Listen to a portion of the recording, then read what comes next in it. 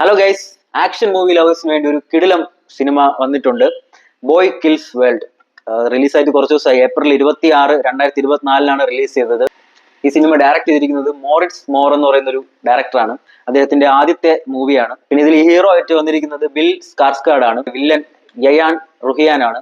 നമ്മളെ raid, Korean movie raid അതിലൊക്കെ അഭിനയിച്ചിട്ടുള്ള ആളാണ്. ഫേസ് ഫെമിലിയർ ആണ്, കാണുമ്പോൾ തന്നെ നമുക്ക് ഒരുപാട് സിനിമയിൽ കണ്ട പരിചയമുണ്ട്. അപ്പോൾ മൂവിയിലോട്ട് വരുമ്പോൾ ഇതൊരു ആക്ഷൻ മൂവി എന്ന് പറഞ്ഞാലും പോരാ, ഇതൊരു ബ്ലഡ് ബാത്ത് ആക്ഷൻ മൂവി തന്നെയാണ്. എന്ന് വെച്ചാൽ ഒരു എക്സ്ട്രീം ആക്ഷൻ, സ്റ്റാർട്ടിങ് മുതൽ എൻഡ് വരയ്ക്കും ഉള്ളൊരു സിനിമയാണ്. ആ കൈൻഡ് ഓഫ് മേക്കിങ്ങും അങ്ങനെ തന്നെയാണ്. നമുക്ക് നല്ലൊരു എന്റർടൈനിങ് മൂഡിൽ, ഒരുപാട് സമയമൊന്നുമില്ല, 2 മണിക്കൂർ തികച്ചില്ല, 1 മണിക്കൂർ 50 മിനിറ്റ് ആ ഒരു ടൈമേ ഉള്ളൂ. പക്ഷെ ആ ഒരു ടൈമിൽ നമുക്ക് പക്കയായിട്ടിരുന്ന് എൻജോയ് ചെയ്ത്, എക്സ്പെഷ്യലി ആക്ഷൻ ലവേഴ്സിന് നല്ലൊരു ഫെസ്റ്റ് ആണ് ഈ ഒരു സിനിമ. നോർമൽ ആക്ഷനും അല്ല, നമുക്ക് പെട്ടെന്ന് സംസാരിച്ചുകൊണ്ട് നിൽക്കുമ്പോൾ തന്നെ ക്വിക്ക് ആയിട്ടുള്ള ആക്ഷൻസ് അങ്ങനെ ഉണ്ട്. പിന്നെ നല്ല ലെങ്തി ആയിട്ടുള്ള ആക്ഷൻ ഉണ്ട്. ഇതിന്റെ സ്റ്റോറി വേൾഡ് നടക്കുന്ന ഒരു ഡിസ്റ്റോപ്പിയൻ കൈൻഡ് ഓഫ് വേൾഡിൽ നടക്കുന്ന ഒരു സ്റ്റോറിയാണ്. ഒരു ചെറിയൊരു ഫാന്റസി പോലത്തെ ഒരു വേൾഡ് ആണ്, ഫ്യൂച്ചർ ആണ് കാണിക്കുന്നത്. സർട്ടൻ റൂൾസ് ആൻഡ് റെഗുലേഷൻസ് അവിടെ ഉണ്ട്. അവിടെ ഫോളോ ചെയ്ത് വരുന്ന റൂൾസ് ഉണ്ട്. അപ്പൊ അതുമായിട്ട് ബന്ധപ്പെട്ട് കൂടുതൽ പറഞ്ഞ സ്പോയിലർ ആവും.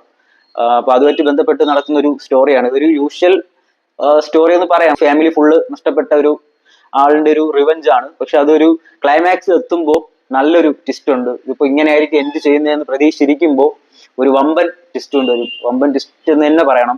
കാരണം അത് ഭയങ്കര പഞ്ചായിരുന്നു. ആ ഒരു സിനിമയിൽ പെട്ടെന്ന് പ്രതീക്ഷിക്കാതെ കിട്ടിയൊരു പഞ്ചായിരുന്നു. അത് അടിപൊളിയായിട്ട് വർക്ക്ഔട്ടായി. ക്ലൈമാക്സിൽ ആ ഒരു കുറച്ച് ഭാഗങ്ങൾ അടിപൊളിയായിരുന്നു. പിന്നെ ഇതിന്റെ സ്റ്റാർട്ടിങ്ങിലേക്ക് ഒരു മാർഷൽ ആർട്സ് ട്രെയിനിങ് കൊടുക്കുന്നേ കാണിക്കും. ഒരു ഫസ്റ്റ് ഒരു 10-15 മിനിറ്റോളം ആ ഒരു ട്രെയിനിങ് സെക്ഷനൊക്കെ കാണിക്കും. അതൊക്കെ എനിക്ക് ഒരുപാട് ഇഷ്ടപ്പെട്ടു. നല്ല കൺവിൻസിങ് ആയിരുന്നു.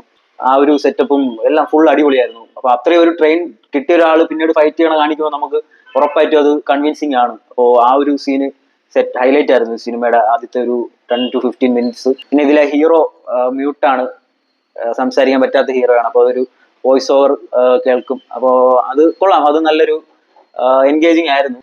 ഹീറോ അടിപൊളിയായിട്ട് ചെയ്തിട്ടുണ്ട്. ആ ഒരു ഫിസിക്കും കറക്റ്റ് ബോഡിയും എല്ലാം വെച്ച് നല്ല ആക്ഷൻ വിളയാടാനുള്ളൊരു അവസരം ഉണ്ടായിരുന്നു അദ്ദേഹത്തിന്. അദ്ദേഹം അത് പൂർണ്ണമായിട്ട് ഫുൾ ആക്ഷൻ, ഫുൾ എനർജിയിൽ തന്നെ ചെയ്തിട്ടുണ്ട്. അടിപൊളിയായിരുന്നു കാണാൻ. ഇതിന്റെ ഒരു ക്യാമറ വർക്ക്സ് ആണെങ്കിലും എഡിറ്റിംഗ് ആണെങ്കിലും മ്യൂസിക്, BGM എല്ലാം അടിപൊളിയായിരുന്നു.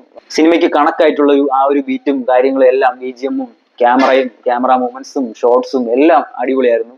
ഏറ്റവും ഇഷ്ടം ഈ സിനിമയിൽ അടിപൊളിയാണ്. കുറച്ച് ഞാൻ പറഞ്ഞ പോലെ ചെറിയ ചെറിയ ലോജിക്കുകൾ മാറ്റി നിർത്തി കഴിഞ്ഞാൽ ഇത് ഫുള്ളായിട്ട് എന്റർടൈൻ ചെയ്യും. നമ്മൾ എടുത്തു പറയേണ്ട ആളുടെ കാര്യം മോറിറ്റ്സ് മോർ, ഡെബ്യൂട്ട് ഡയറക്ടറാണ്. ഫസ്റ്റ് മൂവിയാണെന്ന് പറയില്ല. അത്ര പ്രൊഫഷണലും അത്ര വെൽ ടെക്നിക്കലി എല്ലാം കൊണ്ടും ബ്രില്യൻ്റ് ആയിട്ടുള്ള ഒരു ഡയറക്ഷൻ ആയിരുന്നു. All time greatest action movie അങ്ങനത്തെ ഒരു ലെവലൊന്നും പറയാൻ പറ്റൂലെങ്കിലും ഈ ഇടയ്ക്ക് ഇറങ്ങിയ ഒരു ഹോളിവുഡ് സിനിമാസിൽ ഒരു ഡീസന്റ് ആക്ഷൻ ത്രില്ലർ എന്ന് തന്നെ പറയാം. അപ്പൊ എന്തായാലും അദ്ദേഹം ആദ്യത്തെ മൂവിയാണെന്ന് പറയില്ല. അത്ര ഒരു ക്വാളിറ്റി സ്റ്റഫായിരുന്നു ഈ ഒരു സിനിമ. അപ്പം ആക്ഷൻ എന്റർടൈനേഴ്സ് നോക്കിയിരിക്കുന്നവർക്ക് ധൈര്യമായിട്ട് എടുത്ത് കണ്ടോ. ഇത് ഫോണിൽ കാണുന്നതിനേക്കാളും നമുക്ക് TV-യിലോ അല്പം വലിയ സ്ക്രീനിലോ JBL-ഒക്കെ വെച്ച് ഹോം തിയേറ്ററിൽ കാണുകയാണെങ്കിൽ നന്നായിരിക്കും ഈ സിനിമ. കാരണം അതിനുള്ളൊരു ക്വാളിറ്റി ഉണ്ട് ഈ സിനിമ. ധൈര്യമായിട്ട് കണ്ടോ. Thank you.